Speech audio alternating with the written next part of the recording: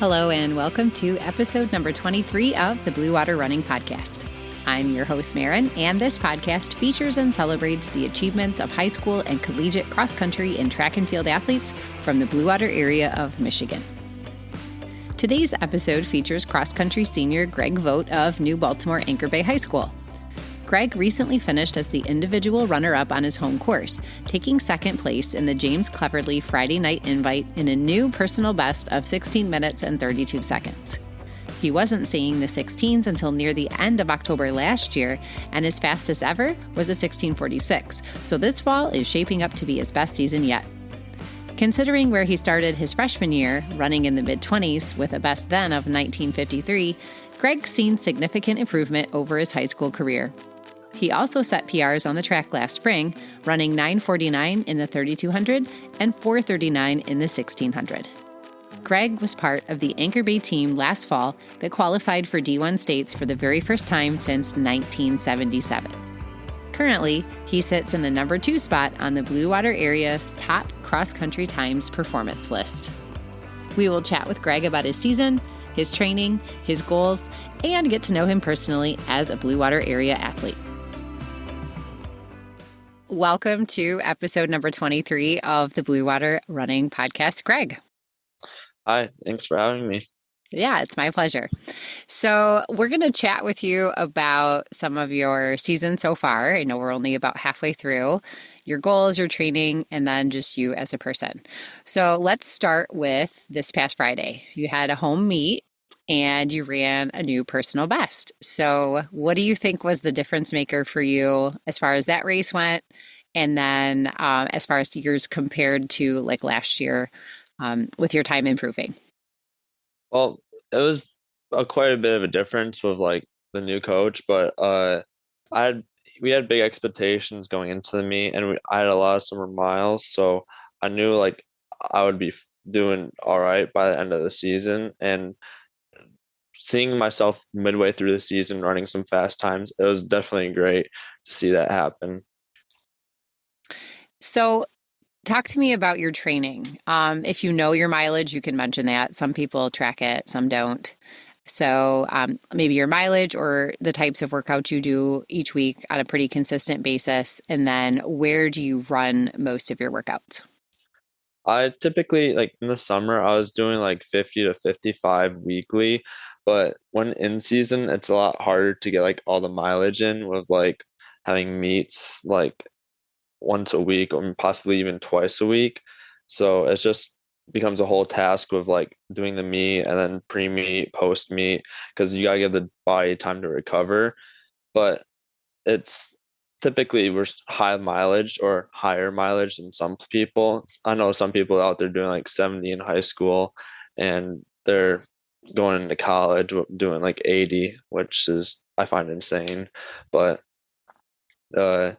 we typically go like at a park midway through like the entire New Baltimore, which is like the closest for everybody. But on the weekends, we travel out to Lake Orion and Stony Creek to go do long runs and get some more hill training, because where we live, it's like no elevation. Like on a long run, I get like maybe 50 feet of elevation gain around here. Mm-hmm. Yeah, same for us where we live. There's a reason why the west side of the state has great cross-country teams. They have a lot more hills. So, Yeah. yep. Well, let's talk about your goals. First, mention anything specific that you would like to accomplish individually, and then if you have any team goals that you've focused on as well. A big goal of mine was like to qualify for states, but I see that coming fairly quickly, and hopefully it'll go smoothly. But I really want to run low 16s, like 16 O's and something like that. But if there is a possibility of getting on the top 5 in the record board, which is sub 15:51, I'd really want to get there so I can have my name on the board, because that's like a big achievement for like anybody. Yeah, that's pretty fast too. I'm guessing Thomas Westfall is your number one on the record board. Yeah, Tom's number one. Yep. He kicked my now coach off the record board. Oh, really? He was the Yeah. previous record holder? Oh, Well, no, okay. he kicked him off of like the Oh, fifth the top. spot. Okay, gotcha. Well, I Yeah. mean, that's a good feeling to see an athlete achieve that.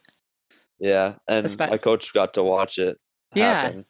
Yeah. My son has the record at Armada High School, and the previous record holder was his coach who became our athletic director. So he got to put the record on the board, like physically put it up there, which was cool. So, Yeah, we're still waiting for Tom's record to be put up. well, it takes some time. Although I do know your athletic director. He used to be ours. So maybe we could give him a little nudge like, hey, Yeah, hopefully. yeah. Well, what do you find for you are the most important elements for you to be successful? For example, is there anything specific in your training or your nutrition, anything, the little side things that make the extra push? There's no like one thing that like gets you to run fast. I found like just like being consistent over time because when I was a freshman, I was like varying between like 20 to 30 miles a week and not even running on the weekends. But once I started running like 6 days a week consistently and stuff, I didn't believe, I started getting better and it was proving with my times and they just got better. And I just continue to go through that. And now we're on a 10-day cycle instead of like a 6-day cycle because I have more strength and built endurance and just remaining consistent without like aches and pains is the best way to go with like your training and being Hmm. successful. Yeah, agreed. Consistency is a big key. And speaking of consistency, you had a pretty big change for your last year in high school. You have a new coach. You graduated a very large group of seniors. And so now you are the top leader of your team. So let me read an excerpt from the season preview and just get your reaction on these statements. So this is what I wrote when I published the season preview. After 3 decades of coaching, Jeff Payne retired and passed the baton to the new head coach, Eddie Kampf. Am I saying that right? Kampf? Yes. Okay. Who recently took over the TARS program. With the graduation of a large senior pack that qualified for states as a team for the first time since 1977, including state champion Thomas Westfall, Kampf agreed that a primary goal for 2024 was to rebuild and improve the overall culture for both teams. On the guys' side, we lost key people. That can make things difficult, but I believe in the guys we have now and how we can move forward as a program, Kampf affirmed. Greg Vogt has been putting in the work and been consistent throughout the summer. I believe he can prove he belongs with the other top names. Yeah, it's definitely a big difference, like with the workouts and stuff like that, with having a new coach, having all the graduated seniors, because I no longer have like the five guys that like used to be like right with me or in front of me in the workouts. Like I only have Aaron now who's with me like in the workouts and we work together, but there's only so much we can do together instead of having five. So, do you feel that that was an advantage for you last year just to have people to run with as a bigger group? Yeah, they definitely pushed me to better myself, but yeah, they definitely pushed me for sure. Aaron still pushes me quite a bit. It's just the big races are ran in numbers, and people can only do so. Only a few people can do so much. The more, the merrier. Mm-hmm. Yep. And iron sharpens iron. So, if you have somebody fast or that drives you, that makes you better Yeah, too. Yep. Agreed. for sure. Well, what is something that your new coach has been focusing on or emphasizing to your team this year? Well, Coach Eddie has a lot more new philosophies. I mean, he was trained by Coach Payne, who was the old coach, and Coach Payne had a lot of years of experience, and the fact that Coach Eddie was one of Payne's old runners makes like this Payne's experiences pass on. But there's still different philosophies coming from Coach Eddie, and like I know he's gonna rebuild the program and he's gonna do a great job. Uh, he focuses a lot on building strength, endurance, and definitely mental strength also. That's something he's been working with me a lot. Mm-hmm. Have you found that that's changed your approach to a race a little bit, having a little more of the mental focus? Yeah. Going into races, I'm he's convinced me to just be with the top guys and knowing I should be up there with them. And if I'm falling back, just stay in the race and don't give up and just stay within the feel of the race and just don't get lost, don't zone out, just head on, you know? That's good advice. Yeah, I think a lot of runners sell themselves short. They convince themselves what they can't do versus what they can. And so being willing to take a risk and put it out there, your fitness is probably there. You just maybe have to try something. So Yeah. The earlier races, I knew my fitness was there. It was just not showing, but we were waiting for the later meets in the season and they'll come. definitely. Yep. You still got time. Yeah. Well, as a senior, what would be your advice to an incoming freshman that maybe you won't run with? Maybe they're in eighth grade right now, and next year in the fall, they'll be a freshman. What would you say to them to welcome them to high school cross country? High school cross country is a lot different from middle school cross country. I ran one practice at middle school cross country and then quit because I thought it was the worst thing ever. But once I got into high school, it was totally different. Everyone was so much nicer and like everyone pushed each other a lot more and more. And it was more structured too, for sure. But staying consistent will definitely better your chances as a freshman going on to your sophomore, junior, senior, even going into a freshman year. Staying consistent through your summer miles will be the big difference maker and set you apart from other freshmen. But don't just compare yourself to the freshmen. There's everyone else in the race. High school is short, and by the time I got to a senior, I just kept saying, "Oh, I'm just a junior. Oh, I'm just a sophomore." By the time you're a senior, you're a senior. You got to be beating everybody by then, but you got to start from the beginning, and you got to beat everybody in the beginning too. Right. Well, and looking at your freshman year to now, you've had huge gains. So I think that speaks to just keep plugging away, keep working. You can always improve. So Yeah. good advice. Well, speaking of being a senior, what are your plans as you move forward and you get ready to graduate? So, are you going to continue running collegiately after? And what are your plans for, once you're post graduation? I really do plan on going to run in college. I haven't like found the college for me just yet. I'm still talking with quite a few colleges, but once I get the numbers and find the right college for me, I'll definitely go for running for sure. Is there anything specific that you're interested in studying, or have you not really considered that yet? I I definitely want to go into the medical field. I just don't know what part of the medical field, either like nursing or like dentistry, like depending on the program, but there's not many colleges in Michigan that offer a dental program, Mm-hmm. And it is not unfortunately. cheap. Oh no, not at all. No, no, I think I watched a documentary about a dentist, and oh my goodness, I was very unprepared for how much his schooling costs. And then I thought, well, I guess that's why it costs so much to go to the dentist. Yeah, I was looking at some colleges and it looks like 75 grand per year for Ooh, like graduate school, and it's oh just goodness. that's a lot. Yes. Well, if you can get some money to run, maybe that'll help offset some of that Yeah, cost as for you go sure. forward. Yeah. All right. Well, what is your favorite thing about cross country? Uh, there's a lot of good things about cross country, but the number one is definitely the lifelong friendships that I've built through the sport. Because I would never be able to say that my friends that I found along the way are going to be my lifelong friends. I've made so many new connections with like other teams because cross country is just like it's everyone's competing, but everyone's a friend, and it's just a very friendly sport. And there is beef, but there's not a lot of beef where it's just constant like trash talk. It's a lot friendly, like, oh, you did good today, have a good race, and it's just having those friendships go to college and you're still like running with your friends that you ran in high school with in college.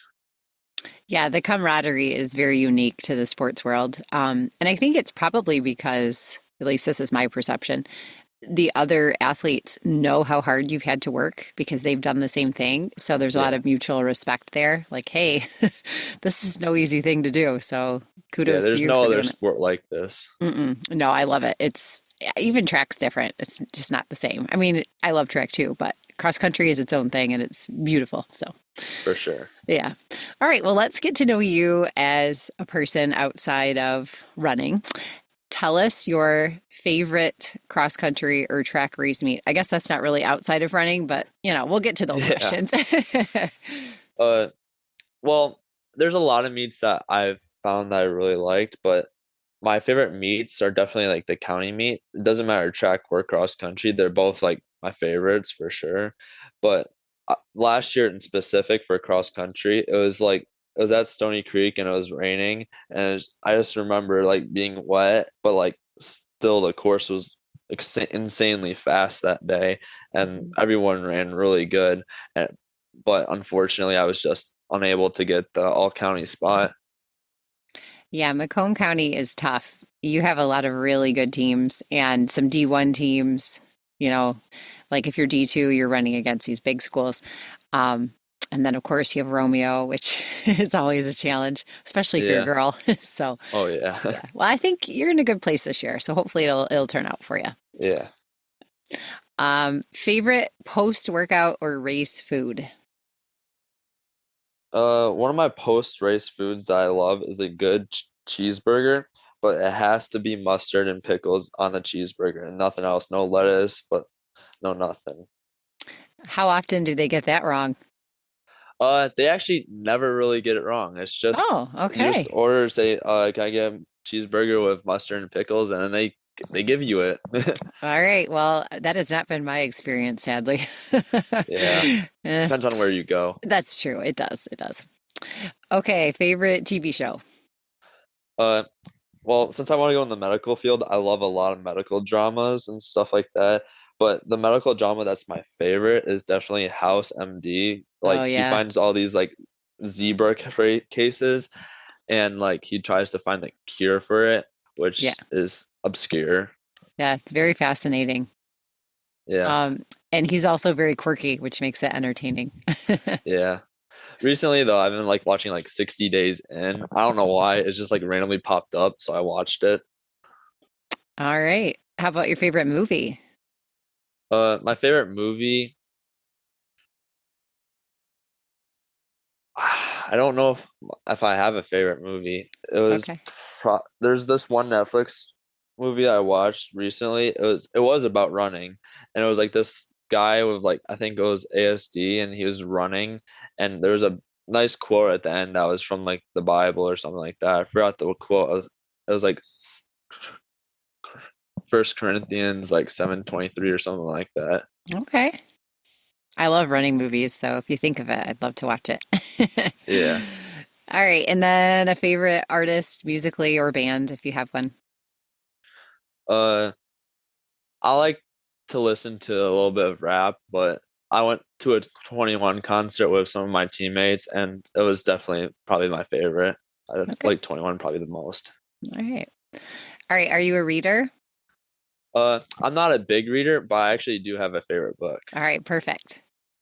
Uh, my favorite book is Outliers by Malcolm Gladwell because there's like a 10,000 hour rule he talks about in the book, and it takes like 10,000 hours to master a certain subject. It was talking about like playing like the clarinet or something like that in the Hmm. book, but I feel like that's really like cool to see like the outliers and like putting in work proves like you can become better, and like 10,000 hours of something is definitely a lot. I Hmm. mean, I'm nowhere close to 10,000 hours in like running or stuff like that, but so I know I'm a long way off of mastery.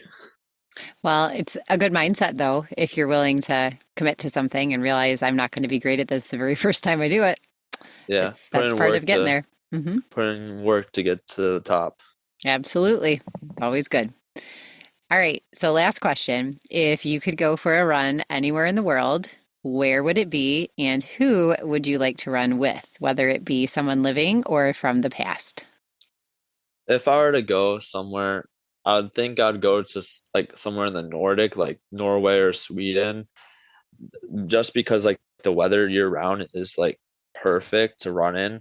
And who I'd bring is probably my friend Jarrett Geddes. He's the Fraser assistant coach, and I met him through like my freshman year indoor season, and we just clicked, and we're just been friends like ever since, and we do everything together.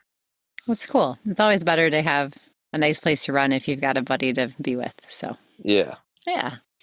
Well, Greg, it's been cool to get to know you as a person, hear about your season, and you're not done yet. We're only halfway through. So I'm sure you've got lots more of achievements to come. And Yep. thank you for joining me. Thank you for having me. Absolutely.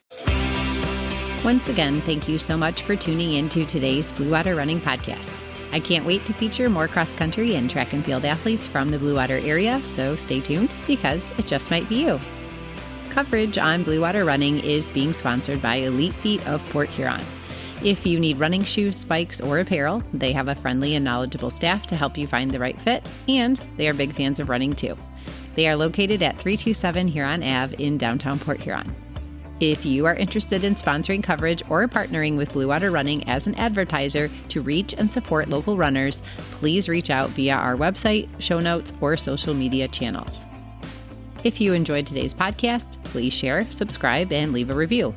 You can find the Blue Water Running Podcast on Apple Podcasts, Spotify, Amazon Music, and other major media players. You can also ask your smart speaker to play the Blue Water Running Podcast. If you have an idea for a great topic or guest you'd like to hear about, feel free to contact me through the website links or show notes. You can follow Blue Water Running on Instagram, X, TikTok, Facebook, and YouTube, and find meet and athlete reports and articles at www.bluewaterrunning.org.